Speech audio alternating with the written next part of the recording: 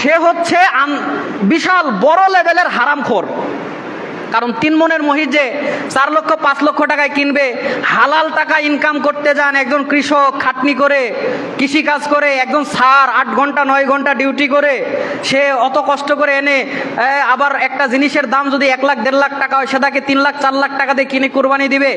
এত কষ্টের টাকা খরচ করার কারো এরকম ইচ্ছা জাগে নাই। যে এগুলো করে কিনে বুঝবেন সে উঁচু লেভেলের হারামখোর। হারামের টাকা খরচ করতে বেশি কষ্ট লাগে না। আপনি যান এয়ারপোর্টগুলোতে দেখুন বিক্রি করে বিভিন্ন জিনিস, একটা জিনিসের দাম 9,000 10,000 লিখে রেখেছে, একটা শার্টের দাম, একটা গেঞ্জির দাম। আপনার কি মনে হয় যে হালাল টাকা দিয়ে কিনেছে 10,000 টাকার গেঞ্জি কিনবে? এত সোজা না। যে ওই হাই লেভেলের হারামখোর সে ওই 10,000 টাকার গেঞ্জি কিনবে ডিউটি ফ্রি দোকান থেকে। আল্লাহ আমাদেরকে বোঝার তৌফিক দান করুক, বলেন আমিন। আল্লাহর জন্য যেন হয়। আল্লাহ বলছেন সূরা বাইয়িনা এর 5 নম্বর আয়াত, ওয়ামা উমিরু ইল্লা লিয়াবুদুল্লাহ মুখলিসিনা লাহুদ্দিন। আল্লাহ বলছেন তাদেরকে শুধু এ ব্যাপারেই আদেশ করা হয়েছে তারা যেন একমাত্র ইবাদত করার সময় দিনকে আল্লাহর জন্য খালেস করে নেয়।